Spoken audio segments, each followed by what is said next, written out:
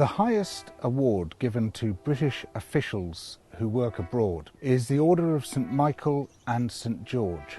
This consists of a star with a little enamelled painting, and the painting shows the angel St Michael standing on the neck of the devil, and the devil is a black man.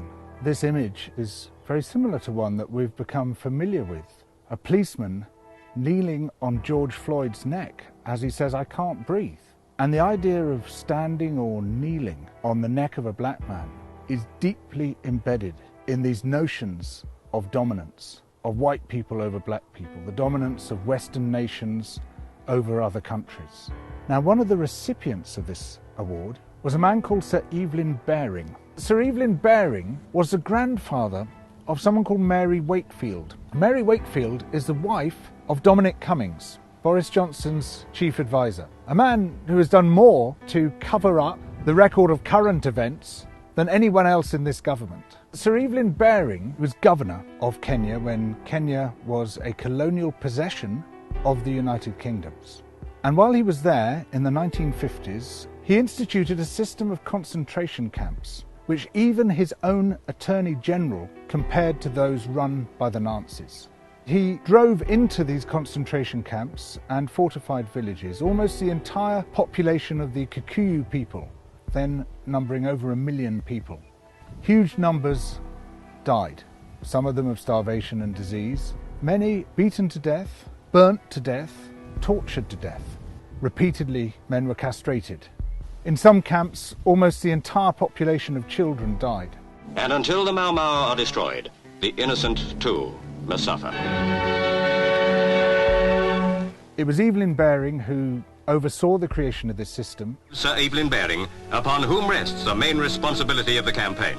We are making progress in that struggle, and we are all confident that in the end we will succeed. He also directly authorised the beating to death of people within those camps. When Labour MPs asked inconvenient questions about this, on one particular occasion when 11 men were beaten to death, he told the Colonial Secretary to tell the MPs that they had died from drinking contaminated water. Before Britain left Kenya, there was an order sent down, implemented by Special Branch, to conduct what they called a thorough purge of the archives. They burnt crate after crate of documents. One of the orders instructed that if there were too many documents to burn, they should be packed into weighted crates, taken as far from the coast as practicable, and dumped into very deep water without currents. They erased not only the evidence of what happened in Kenya, but much of what happened in Malaya. The British troops in Malaya, slowly but steadily, are smashing the Reds' reign of terror, and they'll keep at it till the job's done. In Yemen, where Britain fought its dirty war, in Aden. We're going to be extremely firm and extremely mean. If anyone starts any trouble, they'll just get the head blown off. They'll get the message in time, you know. We remember all this in the context of Boris Johnson telling us that to pull down statues is to lie about our history. The entire history that we are told about British imperialism is a lie. We, as a nation, have a greater level of pride in our empire than any other European nation. People look back with nostalgia to Britain's imperial past. That's impossible to understand unless we understand the massive fabric of lies, of deletions, which has airbrushed the colonial atrocities practiced everywhere we went.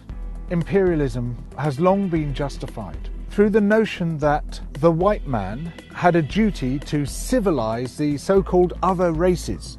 Racism is an ideology, and to a very large extent it was created by British theorists. You can take it back to the late 18th century and the work of a physician called Charles White, who was one of the people who formalized this idea that there's a sort of ladder of life, and the white man is at the top of that ladder, and below the white man on the ladder is the white woman, and below that were people with dark skin. That ideology remains with us today. It's that ideology which led to the policeman kneeling on the neck of George Floyd, institutional racism, to systemic racism, and a huge part of that ideology began here in the United Kingdom to justify our seizure of other people.